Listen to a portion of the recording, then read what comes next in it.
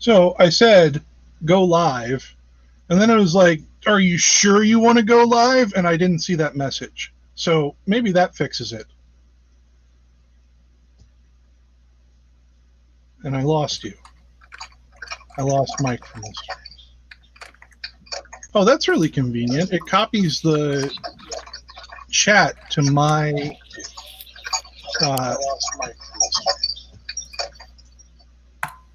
my screen here on hello all. We're figuring out how to do things. So welcome to the inaugural live stream. And the idea is to do, well, I'm already off track. So we're doing this through StreamYard, which is streaming to YouTube, and it's taken us a moment to figure things out, but hopefully everything's going well. So the idea for this live stream is that I'm going to patch a tremolo and talk about some of, I'm getting some echoes. Is that from you, Mike, or am I echoing on myself? Sorry. Is it me? I think it's your monitors. Hold on. Try again. No, there's nothing going through my monitors. It might be, well, sorry, you get to hear all of this. So the echo's gone. Just saying. So Mike's going to help out with the chat and making sure that I respond to questions and whatever concerns people have, while I sort of mindlessly patch and try to explain myself as I go along. And since Mike can mute and unmute himself, I figure the easiest way to deal with that is that echo thing is Mike can just unmute himself when he's got something to interject. And, you know, again, the idea here is to show a way of dealing with sort of the basic components in ZOIA and talk about the ways in which those can be combined to create effects, but also different logic circuits or, you know, synthesizer stuff, all of that. So, you know, the first one I wanted to do is tremolo because it's near and dear to my heart. I love tremolos.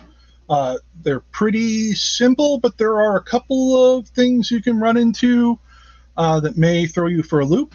And then, you know, I think they're a good sort of confidence booster too. You know, if you haven't done this sort of patching before, I think a tremolo is a great place to start. And it gives you some opportunities to, you know, put your own spin on it. So I'm going to switch to the camera view of my webcam hovering over ZOIA. And get started.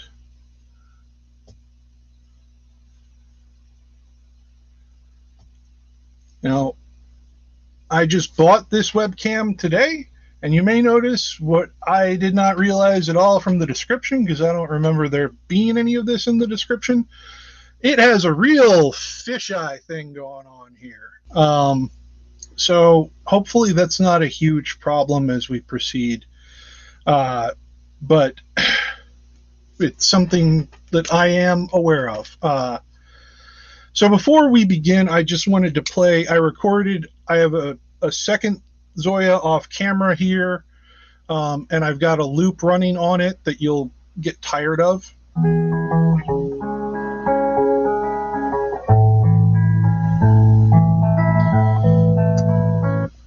But that's a way for us to have some audio coming in that we can use as a reference point.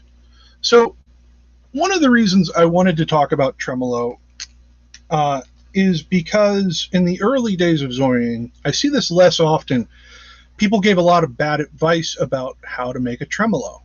And I think that's because it's one of these processes where it's really easy to think that it's a little bit simpler than it is. And so people would go on the forums and they'd say, I want to make a tremolo. And the advice that they'd be given is, well, all you do is you use a audio into a VCA. I'm going to forget how to write because I'm pretty nervous here, to be perfectly honest with you. And then you send an LFO into that VCA. And I'm going to patch that up really quickly just to show why it's a problem. So we have our VCA, just adding a normal VCA here, and I'm adding, let's do a square wave LFO, because those are, no, I don't want to rename it, real easy to hear the effects of. And then I'm going to throw in an interface module.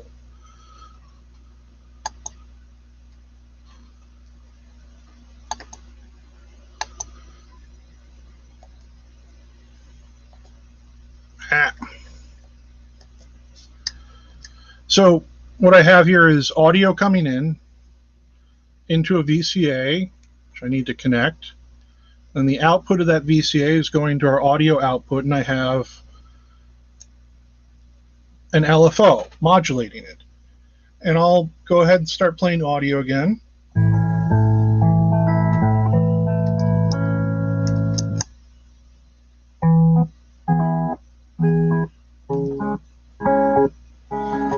So this is a really, harsh, hard cut, hard chop, square wave tremolo. Let me speed it up. It'll sound a bit more tremolo-y like.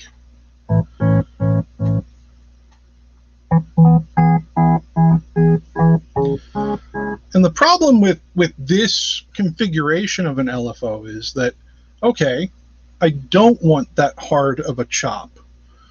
So what do? Well, I decrease the connection strength between these two things. And when I do that, my tremolo is just as hard of a chop as ever. It's just quieter now. Because what I've done,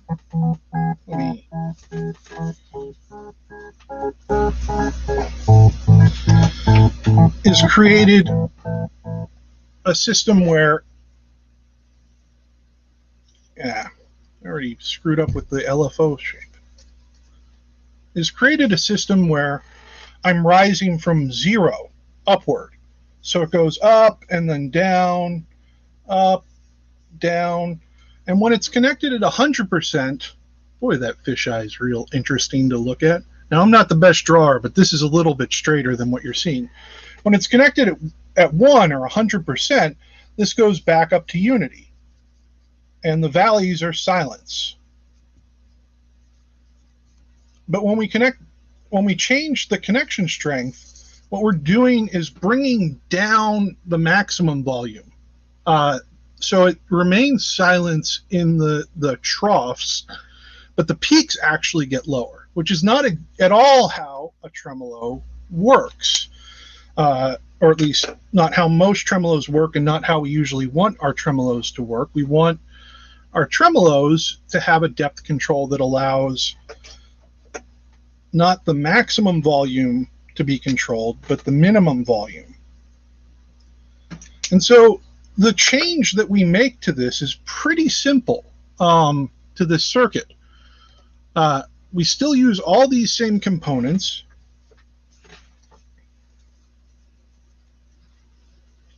We're still going to have our audio go into a VCA. Wow. I'm usually a pretty good speller. Again, I'm nervous. I don't know what it is about this being live, but it's harder when it's live. and when I feel like there are people watching. So we're still going to have our audio go into a VCA, and that VCA is still going to be modulated by an LFO. But the difference here is that instead of having the LFO modulate the audio from lowest to highest, we're going to have it modulate from highest to lowest. And this is, I think, a really useful like conceptual hurdle to get over with some of the ways of patching with ZOIA, is that you run into these things where you go, I know the way it's supposed to sound, I know that I'm on the right track, right? There's the right rhythm to everything. I'm getting the right type of, amplitude modulation. I'm in the ballpark, but there's something that isn't right about how this is working. And so I think that this is a really useful exercise, because it shows you the value of just sort of like reorienting the way that you're thinking about a patch. So instead of having the LFO directly modify the VCA, we're going to disconnect these two.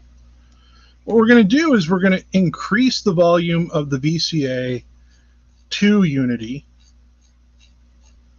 And then we're going to invert our LFO. Now I'm going to add a couple of convenient things to this. The first is I want to use a multiplier. And a multiplier, if you're just starting to dip your toes into working with CV and ZOIA and patching things up for yourself, the multiplier is the module that I could speak endlessly about, but it's really this tool that becomes endlessly useful for combining different CV sources, either through logic or through using ways to control their amplitude. So a multiplier multiplies two signals together, and the outcome will be the outcome of that multiplication, which sounds pretty straightforward, and it is pretty straightforward, but sometimes thinking about the ways to use it is not always the most straightforward thing. So what I'm going to use it for here is to control the depth of my LFO. So I'm connecting my LFO to the first input of the multiplier, and then I could either bias this input directly, and in doing so move around my whiteboard, or I could do what I'm going to do, which is connect a value module. And the reason that I'm doing that is that maybe I want to control my LFO from some other point in my patch. I can do that without having to go find the multiplier and adjust its bias point. I can use this value module as a thing that I just scoot around my patch. I can move the module to wherever is convenient for me. And maybe I've got a bunch of other controls that I want to put this with. If you've seen some of my patches, I try to create a control page. So for me, this is really valuable. I think it makes it easier to adjust a patch in total a lot quicker and sort of more coordinated. So I've got my value module, and this will control the depth of my LFO, and I'm just going to switch it over to note values, because that's sort of my version. This is another benefit of using the value module, is there is no coarse turn in ZOIA, and sometimes you're spinning the encoder quite a lot. But you can get sort of a pseudo coarse turn if you use a value module to control something.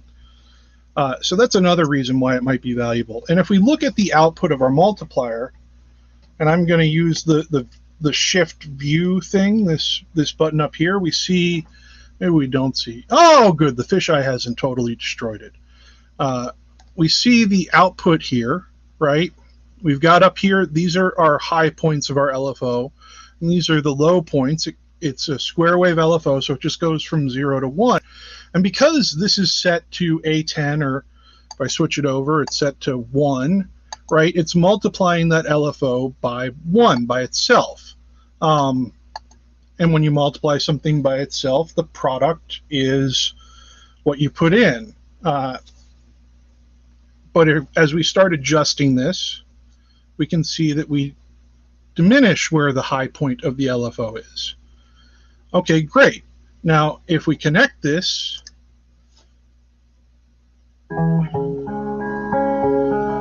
start adjusting this,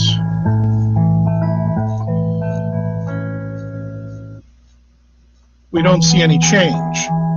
So there's one other step that's missing here. And this is the sort of crucial difference between the first example that I showed, which was adding from 0, we're taking 1 and we're subtracting from it. So we have this VCA set up to unity gain already.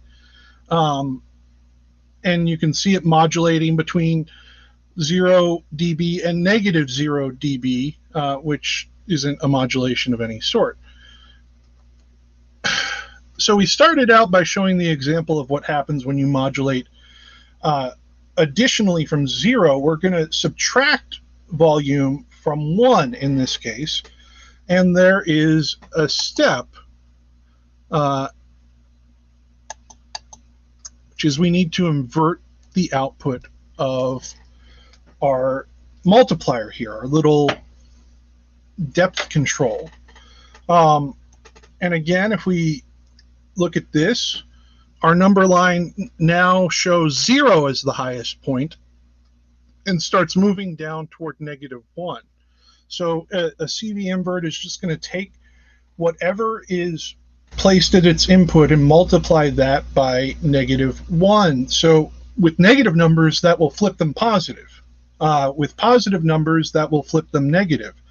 And I should say that in this particular instance, with a tremolo, we want a tremolo that ranges, if we look at the options, we can set up different outputs for our LFO, but we don't want -1 to 1 because we're trying to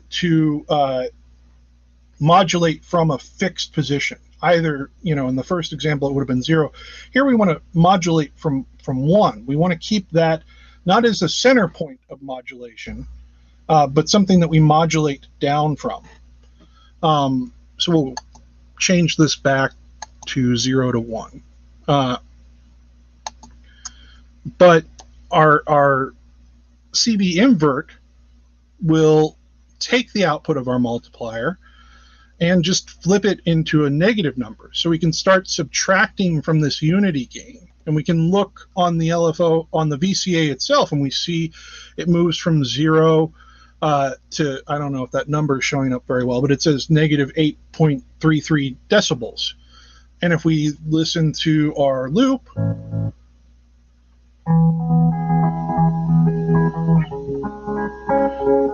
we have a tremolo that doesn't just go between on and off, because we can set our depth to different things. We can set it to a hard chop, on off. I'm going to turn up the speed again.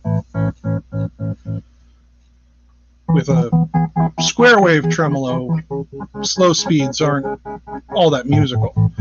But we can also turn it down and have sort of a more subtle throbbing tremolo. And I sort of used to think this was the end of the story for the basic tremolo circuit. And And I'm going to show you the thing that I only figured out myself like a couple of weeks ago and was like, oh, well, okay, there's one too many modules in this picture. Right now, we're going to get rid of one of them, and it's not going to affect anything at all whatsoever, except we're going to lose our course turn, which may tell you which module we're going to lose. We're going to lose our value module. And we're going to disconnect the output of the multiplier from the input of the CV invert. We're going to disconnect the CV invert from the VCA. And then we're going to connect our CV invert directly to our multiplier and connect the output of the multiplier to the VCA. And the difference between this and the first circuit that we saw is what's going to happen here is, like I said, the multiplier just multiplies the two inputs or more. You can use more inputs, and I'll show that off in just a second. It will multiply those things. So as we increase the bias of our CV invert, it looks like this is a positive number, right? It looks like we're adding to this. But since the CV invert takes whatever's at its input and inverts that, multiplies it by -1, what's actually coming out the other end, switch back, is a negative number. So we're multiplying our LFO that goes from 0 to 1. It goes up and down with a negative number, right? So now it's going down from 0 toward these, whatever the multiplication point here is. So we can cut that out, and we see here we've got a 0 again, and we're moving into the negative realm. I'm going to make this a little bit more extreme. So we're getting the same effect that we had when we sent our first circuit with the value module through the CV invert. Here instead, we're just using the CV invert directly. So, and we can use this in exactly the same way we used the depth control.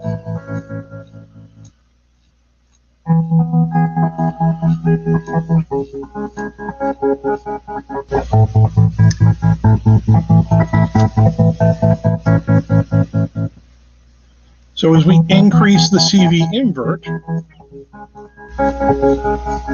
or decrease it, we get a less pronounced effect. And obviously we can change our LFO shape.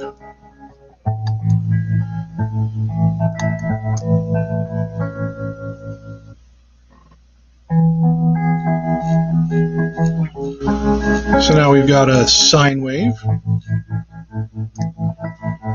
It's a little softer sounding. And, particularly if we're creating a control page, we can just call this CV invert depth, and it'll appear the same way any other depth control might appear. So that's the basic idea of the tremolo circuit on ZOIA. Now, I'm going to talk about a couple of extrapolations from this. The first, and the reason why you might want to build this circuit is, first of all, I'll tell you right away, Empress put in a perfectly fine tremolo circuit. Works the same way this does. We can let's disconnect our audio from here. All right, we can run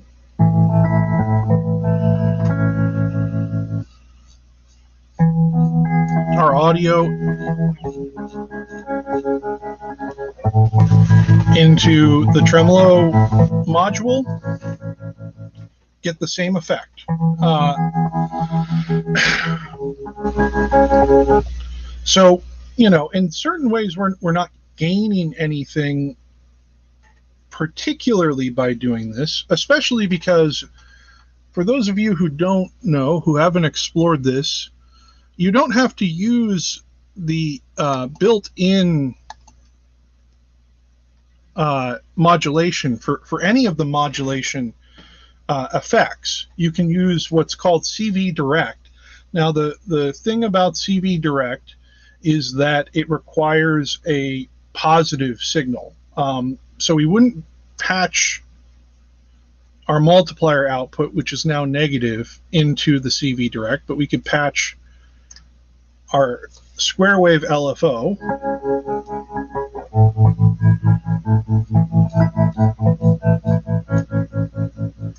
And it would work pretty much exactly like the circuit that we built up here. So, you know, that's, you know, we're not achieving any great new possibility by doing this. I don't want to, you know, suggest that there is anything deficient about the built-in tremolo circuit, except, and now I'm going to talk about what's deficient about the built-in tremolo circuit. If we run this in stereo, and unfortunately I was trying to work this out, again, this is our first time running this live stream business. I couldn't figure out a way to get all the other components that are going on with this working with a stereo signal as well. Hopefully by the next time we do this live stream business, I'm looking at doing this about once a month, I'll have figured out that particular problem. But I don't have it yet. But you can follow along at home. This is, you know, one of those wonderful things where, you know, you can do this as well. So if I use the stereo tremolo, and I know this isn't a stereo input, but it'll have the same effect. If I use the stereo tremolo,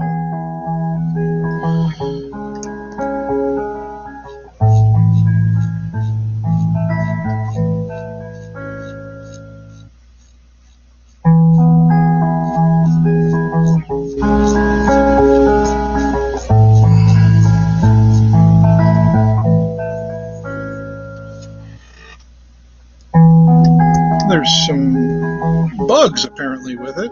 It doesn't seem to be working at all, which is weird. So that's one advantage. Let me try.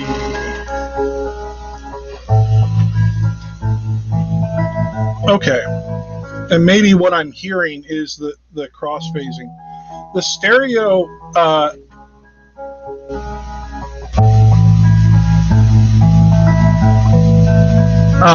The stereo tremolo, what it does will take the two sides of the stereo image and split them out of phase.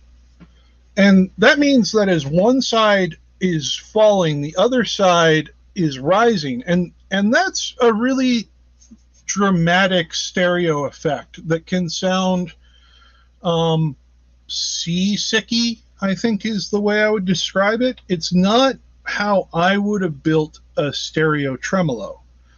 So if you wanted to build a stereo tremolo on your own, which we're going to do right now, I'm going to change this to a stereo input.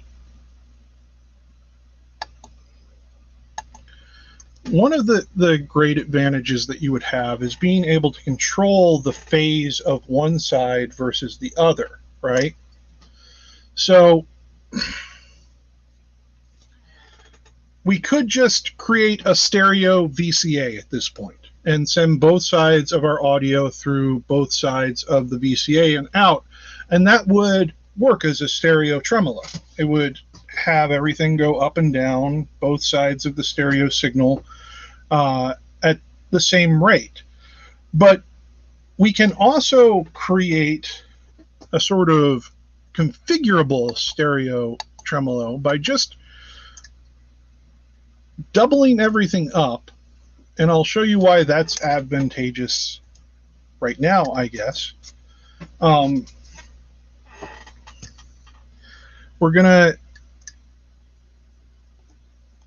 moving all of the controls for this VCA to this level, and I'm moving this VCA, right? We have one VCA going in here, and I've added a second VCA, and I'm going to add a second LFO. And when I do that,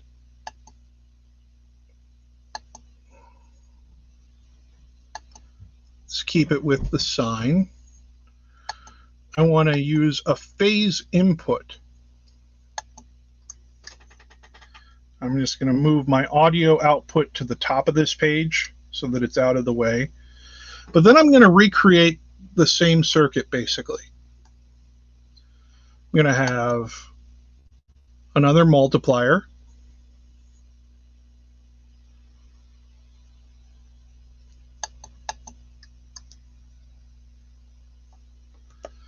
And here I'm going to connect my CV invert that I'm using as a depth control to both sides.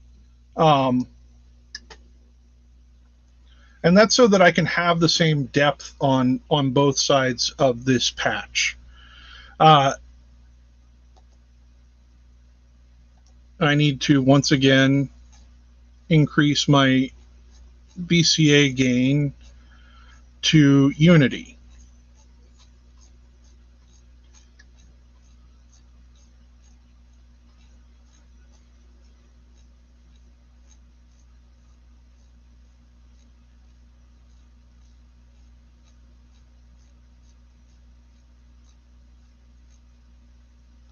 So I've got the left signal going into this VCA, the right signal going into this other VCA. And I'm going to unmute my audio source. Now again, as I said, I don't have a stereo image set up auditorily.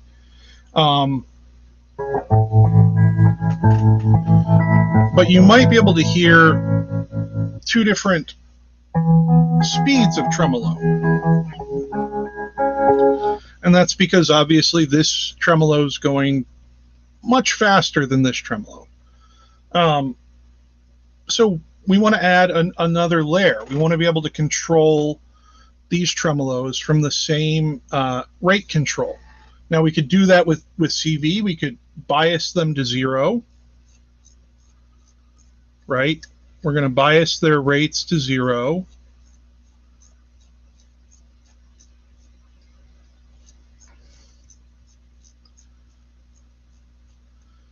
And we're going to do that so that when we add a value module to control their rates, which I'm going to do right now, those rates start at the same point, 0, right? They start at nothing, and they rise from the top. I'm just looking in on the comments now. Cheryl, you should... I don't know what's happening there, but I don't know how it's possible it would get to 47%.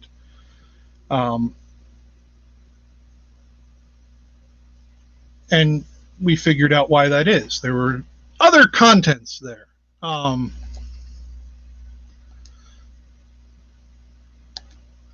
So what I've done here is with these two LFOs, right? I've got two LFOs, one connected to either VCA. I've connected them to the same value module. And so now they should move together, right? And as we increase their speed, we can either look at the VCA, which is going down in volume, or we can look at the LFO. So the LFO rises, the VCA goes down in volume, and we see that they're moving in unison with one another. But we can also now change that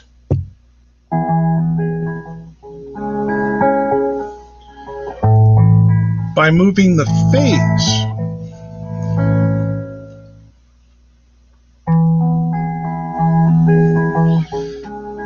effect that this will have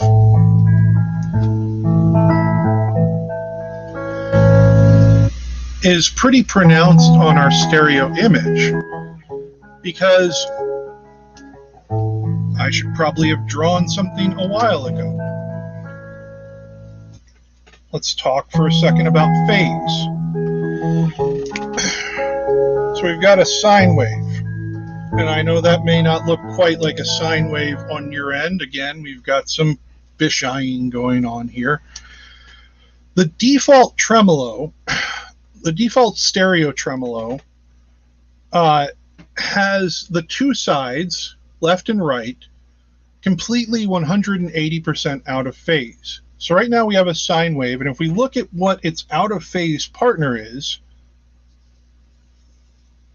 it falls when the first sine wave rises, and it rises when the first sine wave falls, right? They're mirror images of one another, except for they're not. They're sort of half mirror images of one another. And the result of that is that you hear in one ear a drop in volume and a rise in volume in the other ear. And when those happen at the same time, there's an auditory effect that's really quite, unfortunate. It's often used in movies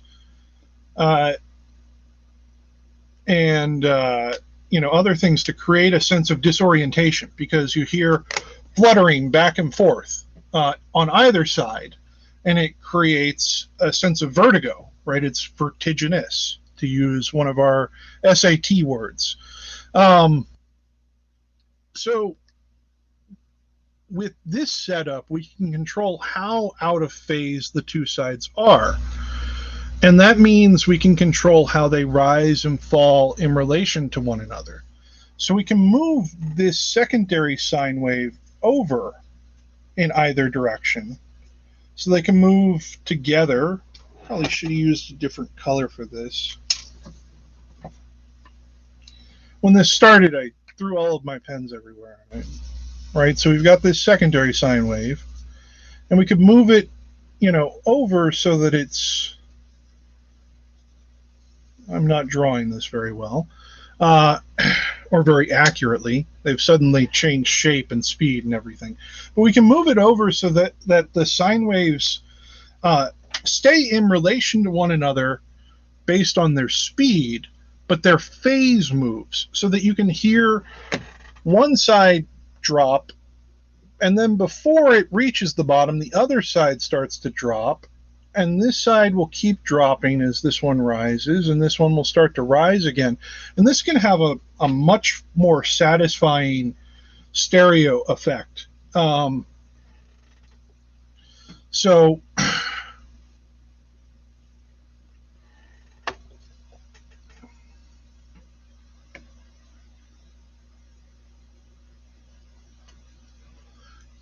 anyhow, this is, I looked in the comments again, and now people are talking about trigonometry. So this is, I would say one of the greatest advantages of being able to build your own tremolo is that you can get past this very, I think, problematic aspect of the stereo tremolo effect, which does not allow you to configure the phase alignment of the two channels that it uses. Christopher. Yeah. We had a question. Sure. How is the phase alignment different from using a CV delay? Well, the biggest difference, because people try to use CV delays in like really weird and not very scalable fashions, right? Is that you can use a CV delay to change the phase alignment of an LFO, but the second you change the rate of the LFO, that CV delay is an entirely different phase alignment. So I don't know how to draw this succinctly, but basically the CV delay works the same way a time delay works, right? So if we've got an LFO that starts here and rises and falls, we can CV delay a copy of it, which will start a little later and fall a little later. But this, rate that I've just defined, the second you change it, the relationship between the original and the CV copied version goes out the window. You have no, phase relation based on rate whatsoever. And only in 1.13 might there be a way to get around this, since they added a tap converter for that can be applied to the CV delay. But even then, it's a really complicated arrangement to work out how you would create something that's scalable. So yeah, if you have like this one instance of an LFO, and you never want to change its rate, and you only want to have one type of phase, offset, you can use a CV delay. But in anything that you imagine ever scaling whatsoever, CV delays are not great tools for this sort of thing. So, I think scalability is a really important thing. There are a lot of ways you can do something once, right? And it's really about making it malleable so that you can do it again and again and again in different circumstances that are advantageous. Because you might decide you want to change this phase alignment, but keep the rate, or you might decide you want to change the rate and keep the phase alignment. And this setup allows you to do that, but some of the other ways that you might go about that don't. So, if you were using a CV delay, you'd have to change the CV delay, and you'd have to, reconfigure it based on really hearing at that point. You could compare the two outputs, but yeah, it's just a lot of work. It's much easier to just use two copies of the same LFO that are in different phases of one another. Sorry, I maybe went too far in depth on that one. But anyhow, we can control these a lot of different ways. This might be an instance where, we want to be able to use the linear CV. And we'll notice as we switch over to linear CV, everything will speed up. And this is one of the differences between linear CV. At the beginning of its sweep, the rates go much, much faster, much, much quicker, because they're moving linearly. As we move up this line, things go faster in an orderly fashion. And we're used to having, if you've spent a lot of time with the LFO, we're used to having a logarithmic curve where things stay pretty slow for a long time and then only toward the end start to speed up. But the advantage here is that if we're controlling this through CV, we can figure out exactly what, something that's twice as fast as our original rate is. So we've got a rate of 0.5 here, right? And if we increase this to 0.1, when I looked at the rate, it showed about 2 hertz. When we increase this to 1, about 1, it should show 4 hertz, right? It makes changing something that's controlled by CV the much more expected, much more predictable, right? If I switch this over to the logarithmic curve, when I changed from 0.5, well, I'll just do an example. It's not as pronounced with the, looking at the wrong place.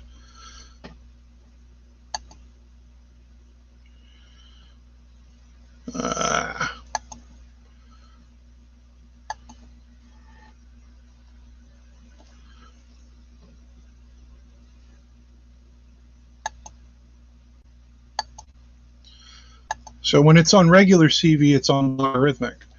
And we see a value of approximately 1 is, it slows down quite a bit, but it's, 0.45 hertz.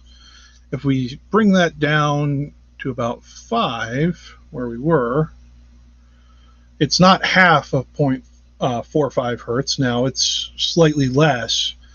And so, these increases in CV, they're consistent. It's not like this changes what the value is in relation of CV to the input, but they're less predictable if you're trying to quickly dial in something that is, twice as fast. And there's tap tempo, there's clock dividers. I don't feel like I necessarily need to go over all the different ways you can control the tempo of something.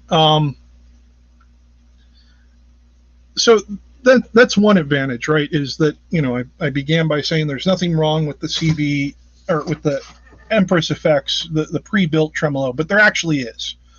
And that's with the stereo version, which building your own allows you not only to correct, but to control in a greater capacity. Because, again, I'm sorry, we haven't figured out stereo audio, but if you try this at home and you have a way to listen to it in stereo, as you move the phase alignment around, you get some really cool washy sounds, because you have these it's almost like the audio kind of moves from one side to the other. There's sort of a panning element that goes in effect. And there is kind of a panning element that goes into effect.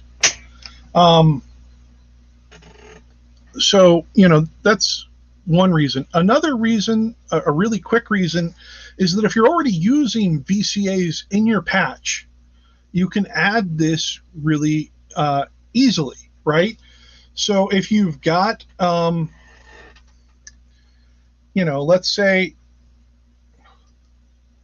I'm going to break this down and simplify it a little bit and go back to a single channel.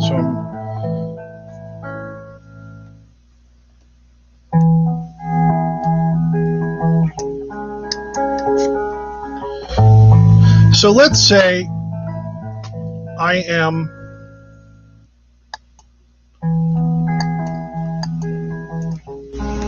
going to disconnect this again. And I'm going to... Actually, you know what? I don't even have to go that far. So let's say I've just got a VCA that I'm otherwise using to control the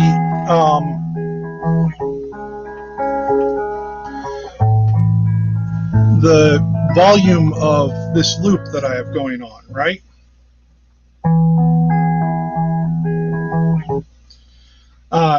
I've got this VCA right now. It's open all the way.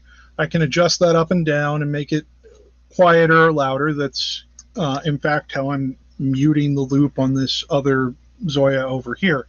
So I just have a push button controlling a VCA. So if I'm using a VCA in some other capacity, I can add a tremolo effect without adding a whole lot of CPU overhead. So let's say I've already got this, this VCA, and I want to add a tremolo to it. Okay. First thing I'm going to do, and there are simpler ways to do this, but I'm going to show the more complex one because it's a little bit easier. It's easier to wrap your head around. I've got a value module that controls the VCA gain. So I'm going to bring this VCA back down to zero, back down to negative infinity dB.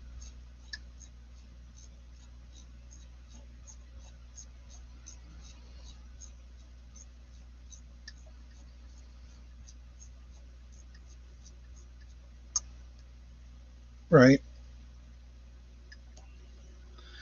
And I'm going to use this VCA to control its amplitude.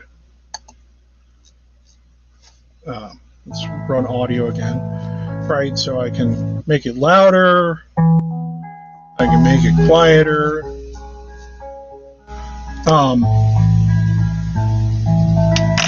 But I can also easily add a VCA to this circuit. And all I have to do is send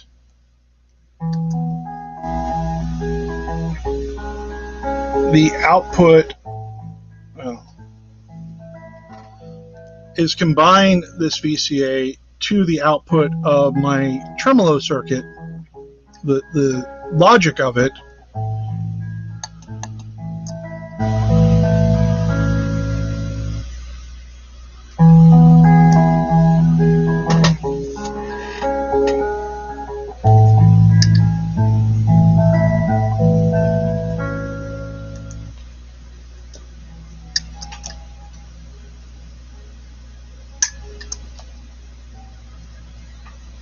So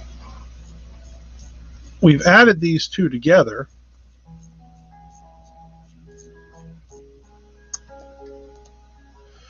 And this is essentially defining our maximum volume still. And this controls the depth of our tremolo still. So as we push that up, we can control the min and the max of this circuit. Now the problem here is we need one more element, because as we start to bring the depth down on our tremolo,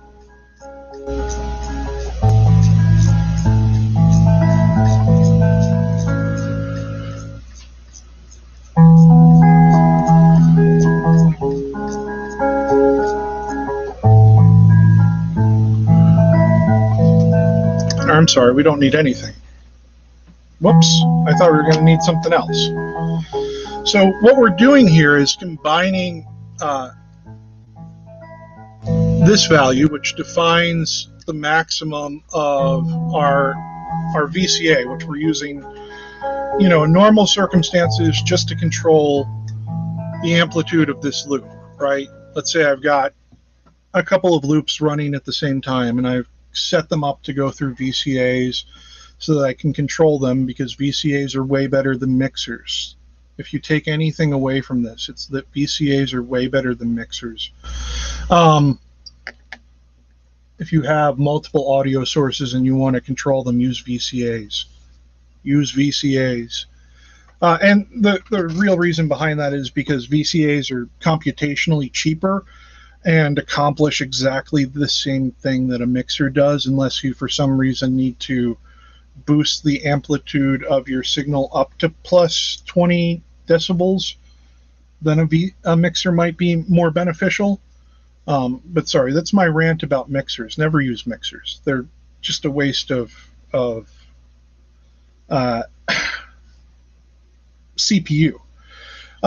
So we've already got this value module, and the value module defines the, it's acting as sort of a secondary depth control here. So we see our value module here, and that limits how far this combination of the output of our, LFO into a multiplier into a CV invert. This gets connected.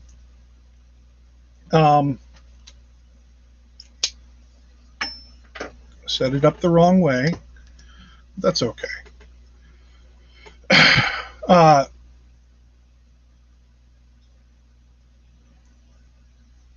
This defines how far our LFO will modulate.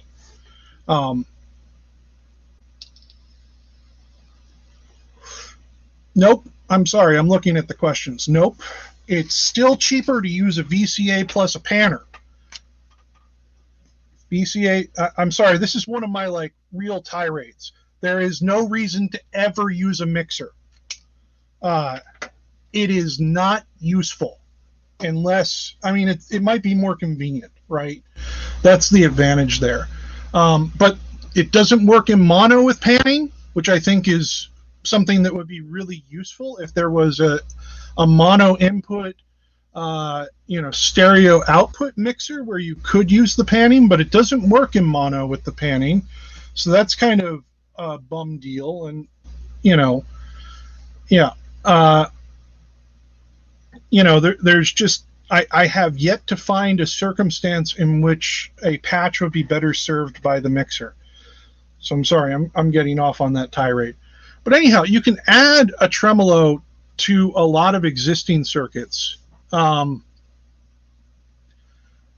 I didn't want to say anything, Mike. But the advantage in pretty years, just to go entirely off track, and maybe this is a good time to go entirely off track because I've gotten pretty deep into this. You can add tremolo to any VCA, right? It's just a matter of combining it with the other CV circuits that it's using. So that's one plus of the being able to design your own tremolos. You can just add it on anywhere else you have a VCA, and when you need to cancel it out, you can either use a depth control or there's ways. If I add a push button to this particular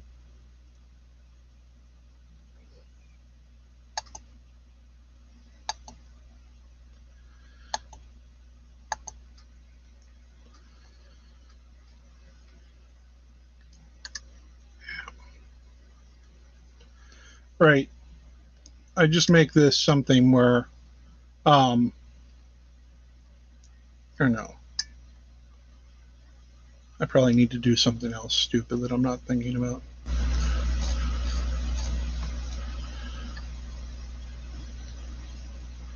Well, there are ways to cancel. I can cancel it out here. Sorry. I can add an on-off switch to this tremolo circuit super easily by just adding a push button. I need to add it there.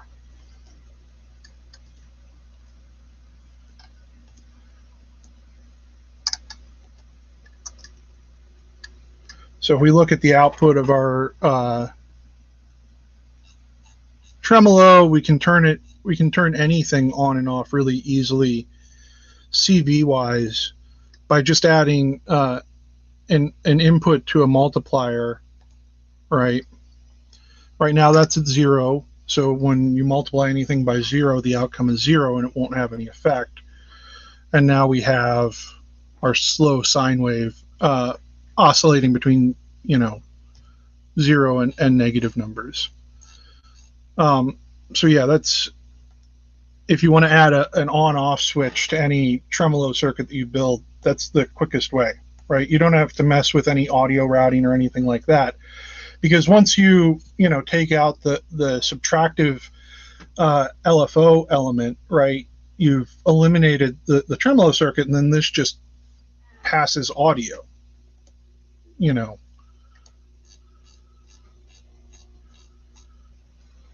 This just passes audio. I set this up slightly weird. I shouldn't have.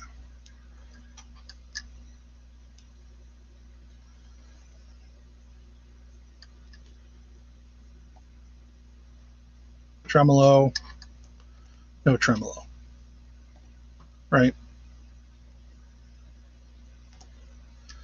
So that's another advantage of the CV. Another advantage is if you want to combine this modulation with something else. So like if you were trying to model something like a tube bias tremolo, if you really wanted to get into that sort of sound, like the thing about a tube bias tremolo is that as you decrease the voltage from the tube, this is the way that a tube bias tremolo worked. It would literally, like cut the power to the tube, and that would cut the amplification. You introduce generally more distortion and compression, so you could have, the same LFO that controlled the VCA also control something like the gain of an overdrive or the threshold of a compressor or something like that, so that as the amplitude went down, the gain could rise. So you'd invert this maybe, or invert this LFO or something like that. But you could have them, you know, controlling more than one sources and working together to create, you know, to create more realistic modeled tremolo effects. I'm going to ask Mike to jump in just because I need a breather, and if he could spit something at me that might help, you know, me a little bit. That sounds good. We'll take a brief pause for Christopher to get some water. I think something that I would like to see, Christopher sent me over like a sort of a list of ideas for this. And I think something that stuck out to me that I think would be cool to look into. It's a module that I've used maybe once. It's called the Steps module. I think it would be cool to see that as a you know, real-time use for this sort of tremolo modulation. But on another note, thanks for everyone for, you know, hanging out in chat, asking quick questions, talking about math. You know, this has been fun. I hope we can continue to do things like this and further explore the ZOIA in this way. Yeah. So yeah, I sent Mike over like a sketch of what I plan to do. And I have two things I want to get to. One is the thing that Mike reminded me of, which is, again, you can do this by using the CV direct input for the tremolo module, but I think it's sort of easier to think about this when you're building your own tremolos. You can use some more exotic, you know, waveforms. So if you've never used the Steps module before, and I don't see people use it a lot, it's really kind of cool. So what it does is it essentially takes the input and it quantizes it, right? So we've got some sine wave, and what it will do is it doesn't quantize it to musical notes. Well, it can, but if you scale it in a certain way, it can quantize to musical notes. But that's not really what I'm going to show off here. What it'll do is essentially, well, we can see what it'll do. Right now, it's set to 2 steps. So 2 steps means 2 degrees of quantization, and what it does with something like a sine wave is it just turns it into a square wave. So if you wanted to be able to change between a sine wave and a square wave really quickly, you know, one way to do that would be to use a steps module. But if we look at the output here, what we get is this sort of staircase sound. Sorry for knocking the...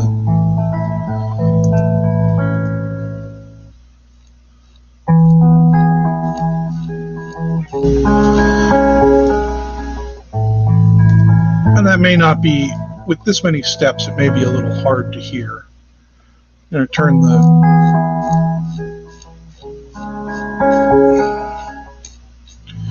Oh, right, I didn't connect it. So I've still got the LFO going into our multiplier. If we replace that with the stepped version,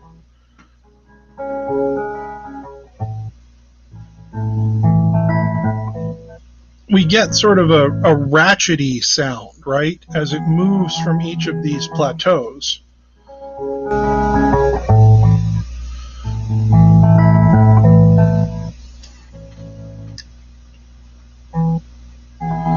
Which I just think is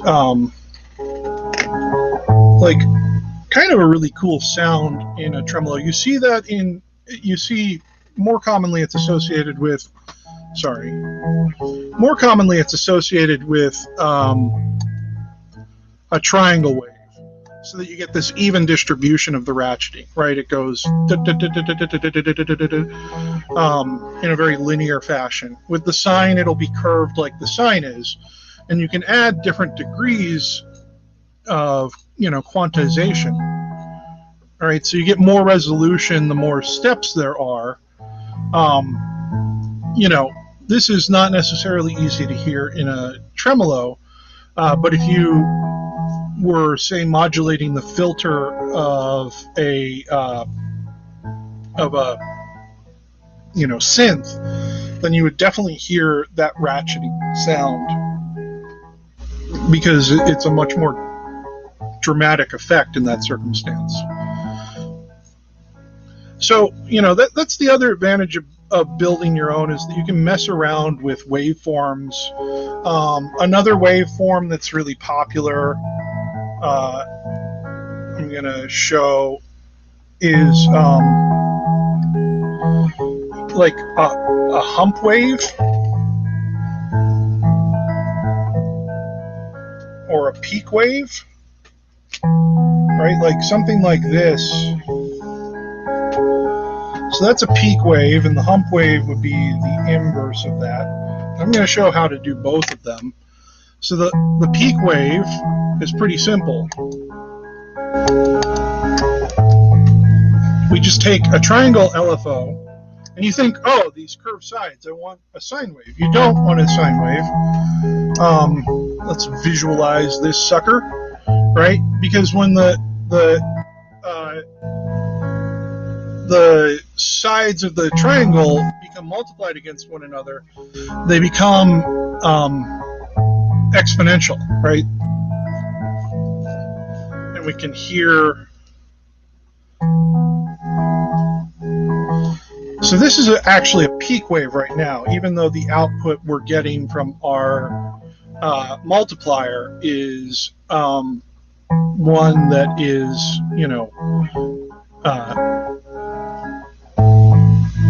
sorry, this is well, it's just easier to show, right? So we're getting a peak wave here.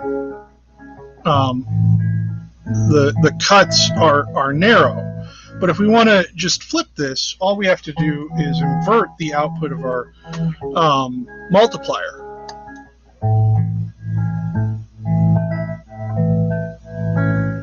But we don't want to invert it with a CV invert, because that'll just change its sign. What we want to do is invert it in a scale from 0 to 1. So the way that we do that is we first send it through a CV invert, right? And then what we do is we rescale the output of that CV invert by essentially adding it to 1. And we use a value module. Again, I'm just using the notes for a course tune. We use a value module that's already biased to 1. So we've got this positive value coming out of the multiplier, and then it gets inverted, so it becomes a negative value, right? We look at the output of our, right, we've still got this downward aspect, but when we invert that, we suddenly, flipped it, right? So we have this now positive shape, this hump shape.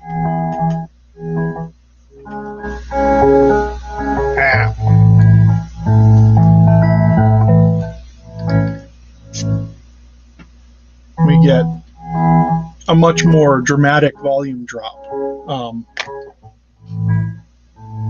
which again we can affect by our depth. It doesn't have to be that dramatic. But these are just, you can really start to play, around with the different ways of using. Particularly, I began by talking about the importance of the multiplier, and maybe that's a way to stop.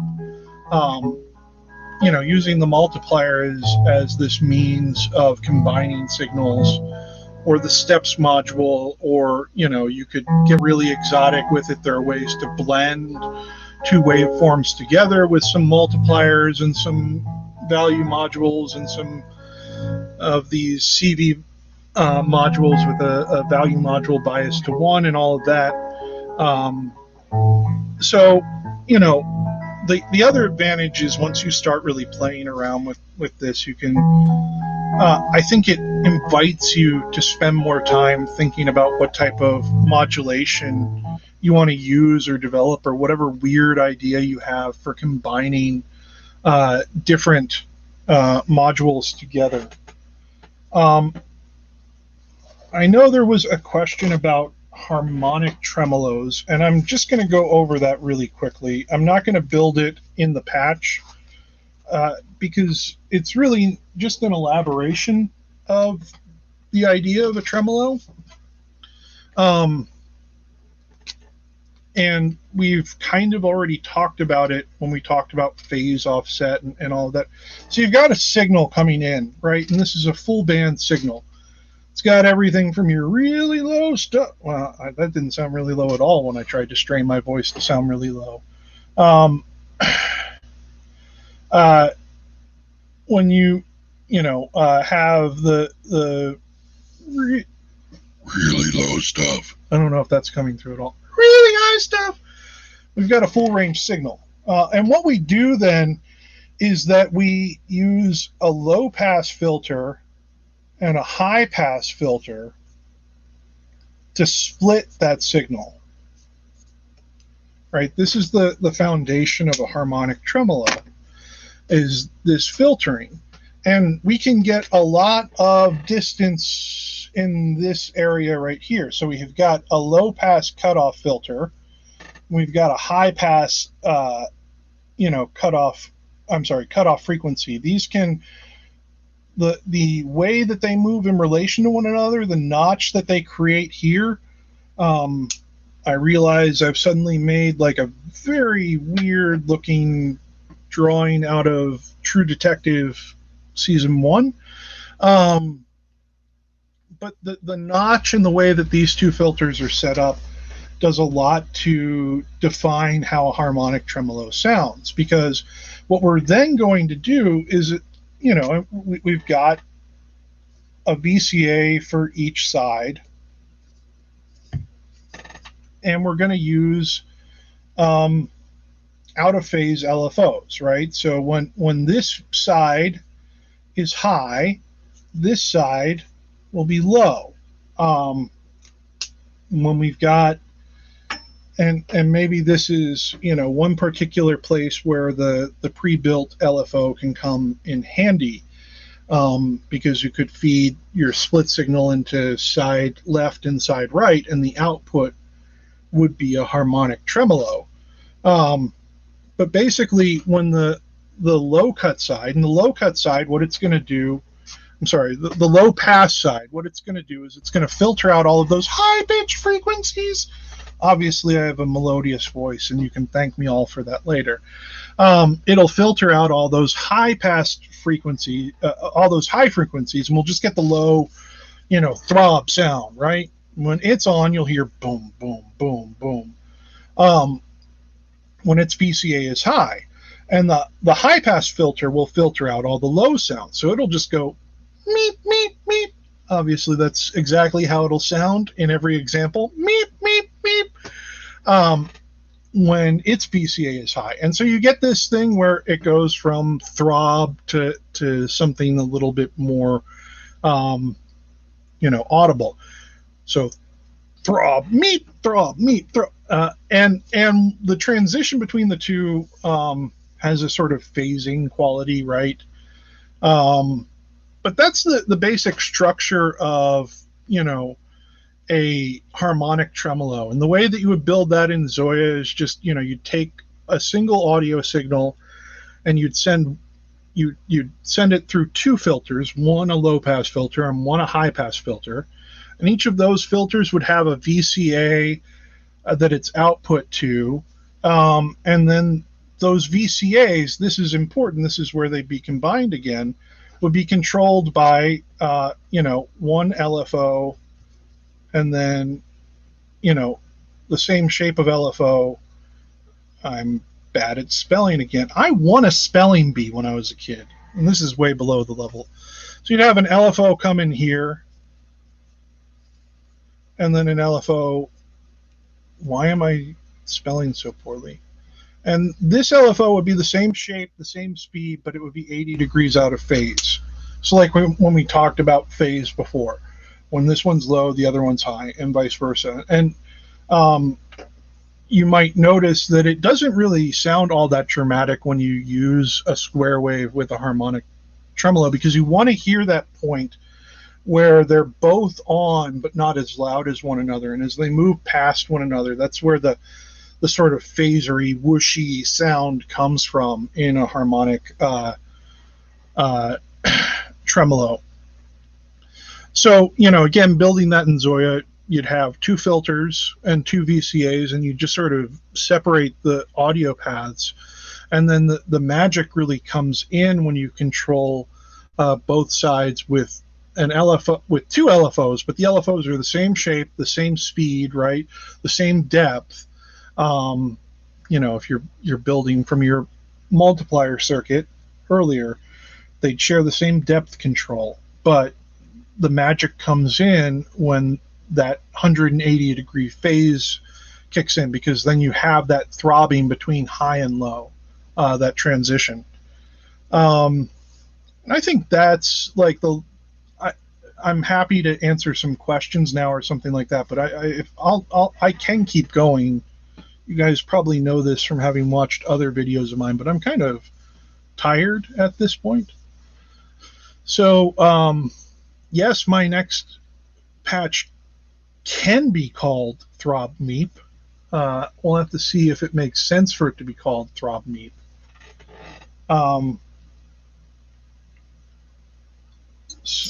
You'll have to edit your harmonic tremolo patches that already exist. Yeah. They could use some updates. I've figured out a lot since I've built the earliest ones of those, at least. And there are other ways to approach this, I should say. This is like the classic form of a harmonic tremolo. But, you can also get a lot of mileage out of modulating filter frequencies themselves in an offsetting way. It's not quite a harmonic tremolo, but it might get you in the territory. So you'd move the cutoff of these two, as long as they're maintain some sort of notch between them. That's also, you've built a phaser there. And the difference between a harmonic tremolo and a phaser is, right, like, tricky to define because they sound very phasery. But yeah, the one thing that was in my notes that I didn't talk about, I guess there were probably a couple of other things, is you could also substitute the VCA for an audio balance or a panner, where you would just, it would work a little bit differently, but you'd basically connect the input to one input of the audio balance, and the other input would be connected to nothing. It'd be silence, right?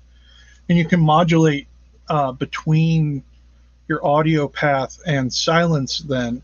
And the advantage there is, I don't know how apparent this is, but the VCA is not linear in its scaling, and we don't hear volume linearly. There's an argument to be made for this logarithmic scaling being more advantageous for a lot of things, but a lot of tremolo circuits do in fact use linear VCAs to control them, and the audio balance is linear in its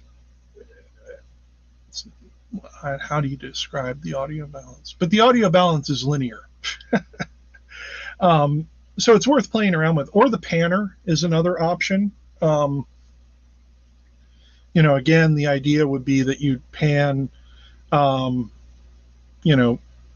signal one half of as the signal moved from, one channel to another. If this channel's connected to something and this one's not, then when it pans to this side, it'll just be heard as silence. Yeah. So, yeah. Those are my weird bits about trying out different modules. Never the mixer. Don't ever use the mixer. I hope If anyone comes away from this, it's either a knowledge to not use the mixer or that at least I hate the mixer. That's probably more important, right? You guys knowing my personal hatreds. I'm like Nixon. I keep an enemies list.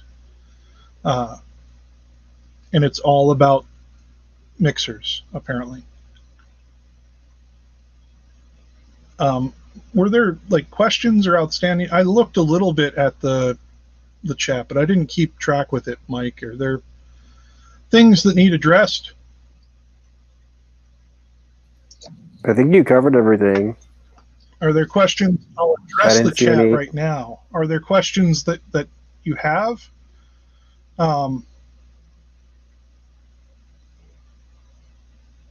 You know, I have to watch two idiots yell at each other in about 5 minutes.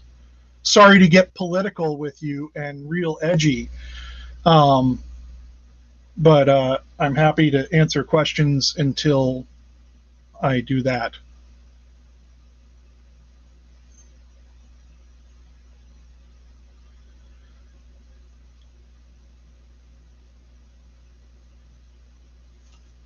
Yeah, I'm looking at bop to the beep.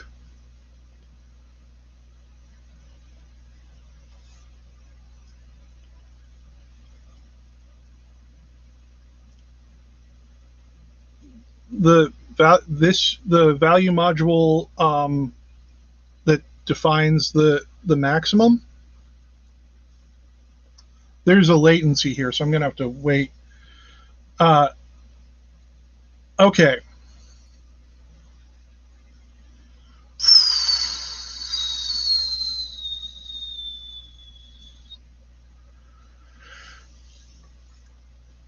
I'm trying to think of. I'm looking at Bop to the Beep's question, and let's see. So, like, one way to do that is just simply, we can overconnect these, right? I'm trying to keep them overconnected at the same amount. So that wouldn't be the value module. That would be at the multiplier. This is not really pronounced. Let me make it more pronounced. Basically, what I'm doing here is I'm increasing the connection of the LFO to the multiplier. I forget, that's about the same. Right, and what's happening is that means that this gets clipped, right? It goes up to 1, and then it thinks it's going to keep rising, but the maximum is 1. So when you increase that connection strength to 175%, right? The LFO, this is 1, right? The LFO just goes above this and gets clipped. So that's the way that I would approach, like, is that the sort of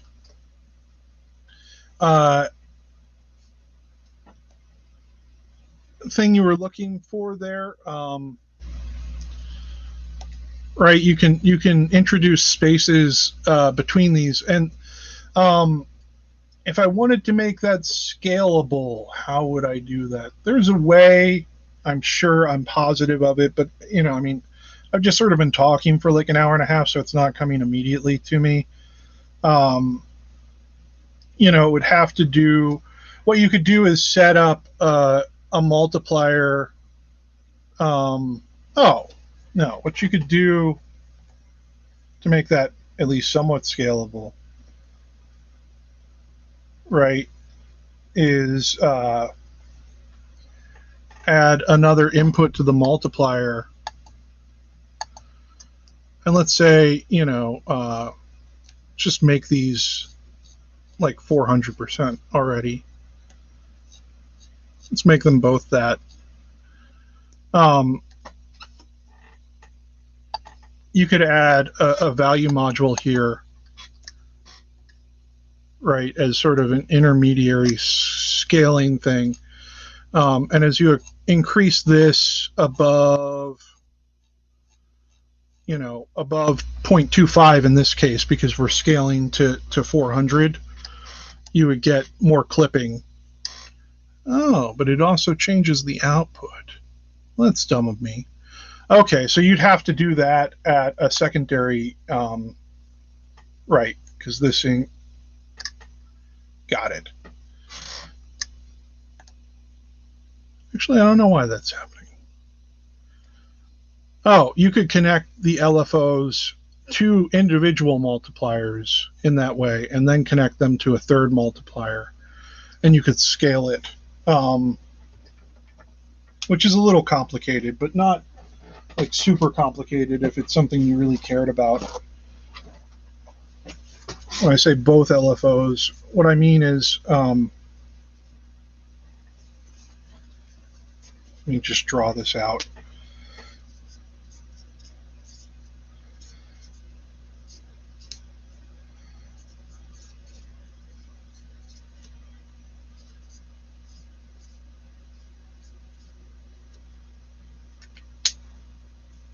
Oh no, that's the wrong place to scale things.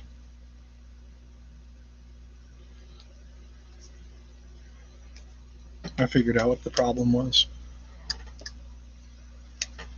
Yeah, so you'd have mult 1 and mult 2,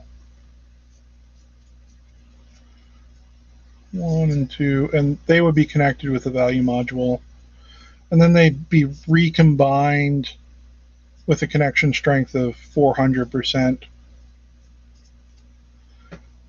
so that as you scaled them up with this value module, they would, each one of them would individually clip, and then they'd be combined at this third multiplier, and the value that went into multiplier 1 and multiplier 2 would define how much they clipped. So when it was at 25%, it would be, no clipping. As you increase that, there'd be more space between things.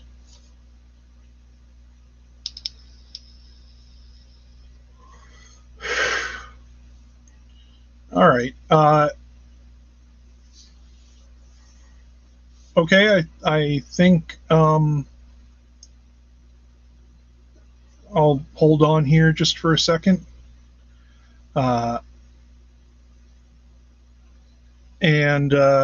Yeah, we'll do this again in a month. I'll try to get a better webcam that doesn't do this fisheye thing, and try to get stereo audio, because I think with a lot of things in ZOIA, it's really useful, particularly when I'm talking about the problems with the stereo tremolo effect. It's useful to have, obviously stereo audio for those of you who can listen to this in stereo to have. But yeah, that's it. I didn't talk too much about weird politics or how much the Enlightenment was a bad idea. So that's pretty good. And if you have questions, if you're watching this later, I'll I respond to YouTube comments and that sort of thing. So for the people who watch, thank you very much. We'll try to do this again in about a month, assuming the world still exists. And everyone stay safe. I would tell you to vote, but I don't know if I can actually encourage that. If you're a U.S. citizen, you should think about it for sure. I don't know if you need to. Probably do. Someone's going to give me hell for saying that.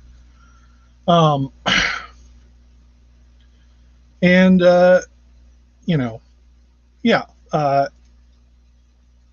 That's Tremolos. That's a bunch of other stuff.